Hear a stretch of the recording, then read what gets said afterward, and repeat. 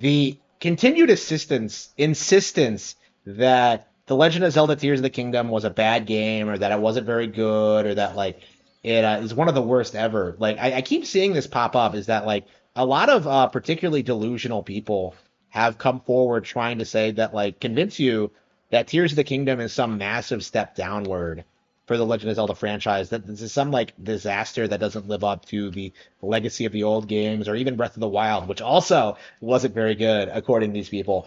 So it's just this like never-ending crusade to try and downplay the game. Like it's not enough for like it to come like second to any other game that released last year. Like it needs to be seen as a disappointment by everyone.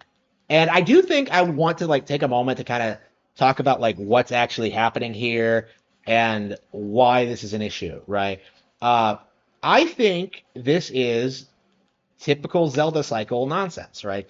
It has nothing to do with the quality of the game itself, but rather just the weird, like obsessive, compulsive need for Zelda, the Zelda audience to kind of downplay every new game that comes out in order to prop up an old one, right?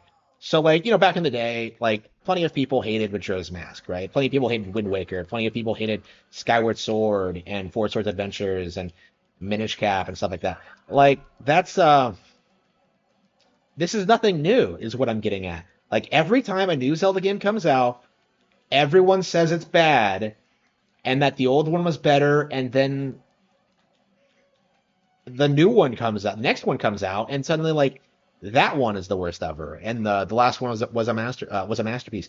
Like what's actually happening here is that people make these weird knee jerk reactions about games they don't play, and then like over the next several years, people actually play the game and realize that like the narrative towards it is completely false, right? It's completely fabricated. Um, I do think Majora's Mask is probably a really good example of this, where everybody thought it was a rehash of Ocarina at first, right? And then it actually came, people actually played it, they figured it out, and realized that, like, oh yeah, look at all these unique mechanics, all these cool ideas. Like, it's actually a really unique video game, right? Like, it took time for people to play through the game and come to that realization, right? And that's what's been happening with Tears of the Kingdom, is that the game is just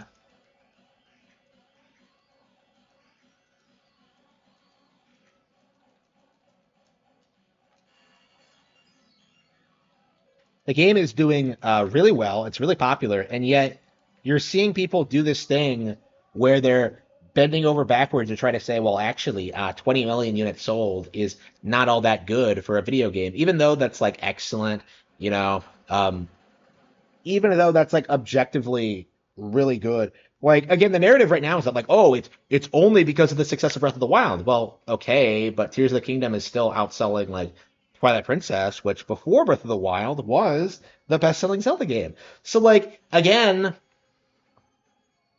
what exactly is the issue when it comes to like Tears of the Kingdom? Like there is none.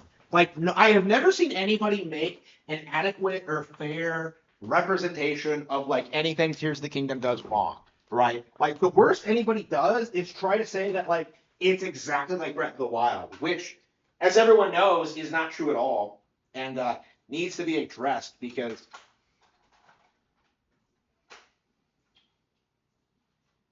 those games are really nothing alike. Like much like A Link Between Worlds before it, like simply having the same map doesn't make the game worse, right? Like, what about all the new mechanics? What about all the new dungeons? What about the new enemies and like the new things you can do? Like, does none of that matter? I put like 70 hours into Tears of the Kingdom. You're gonna sit there and try to tell me that Tears of the Kingdom is the same thing as Breath of the Wild when rather obviously it isn't. Right? They're not the same thing at all.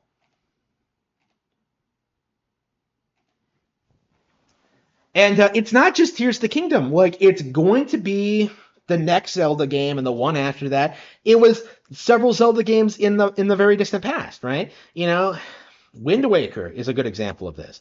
Like, remember when that game was first shown off and everybody like cried about the Space World 2000 demo, right? Like, why was that an issue, right?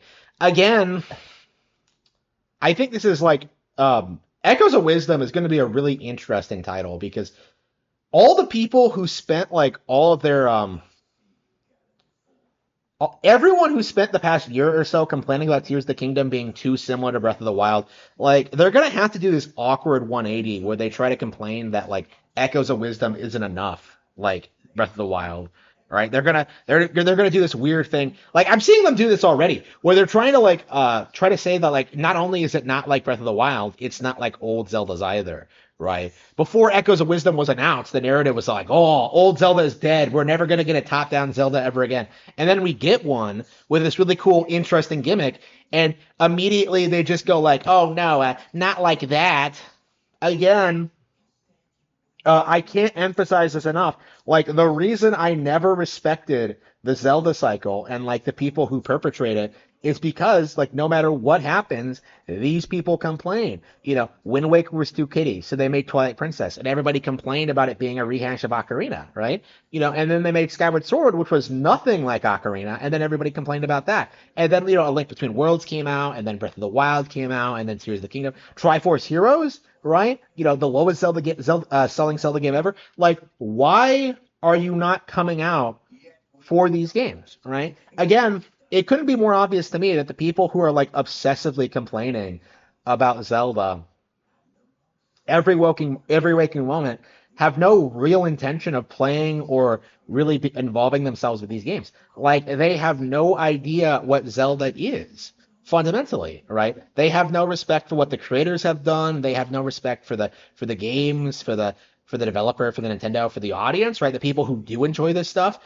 Seeing Mike Matei sit there and scream about how Zelda is for pussies now was laughable because Zelda was always targeted towards kids, right? I've said this about Pokemon specifically, but I think this is true for gaming as a whole. Is that like yeah, like the best stories, the best games are always going to be targeted towards children.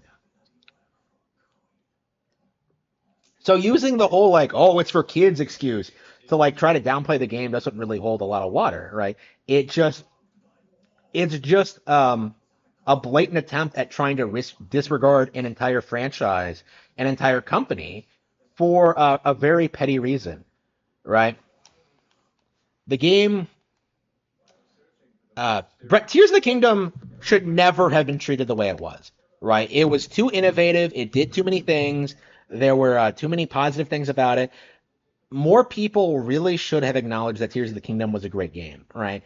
And now with Echoes of Wisdom coming out in just 3 months, right? Like we're kind of going through another process where like we're gonna see the same people try to pull the same tricks, and it's not gonna work this time. It's gonna fall flat on its face. Like whatever happens with Echoes of Wisdom, I do think it's gonna be a really interesting situation in which I do think that the Pretendo audience, right? You know, they are going to have to take the L with this one. Like this is going to be a very well received Zelda game, and there isn't anything they can do to stop it.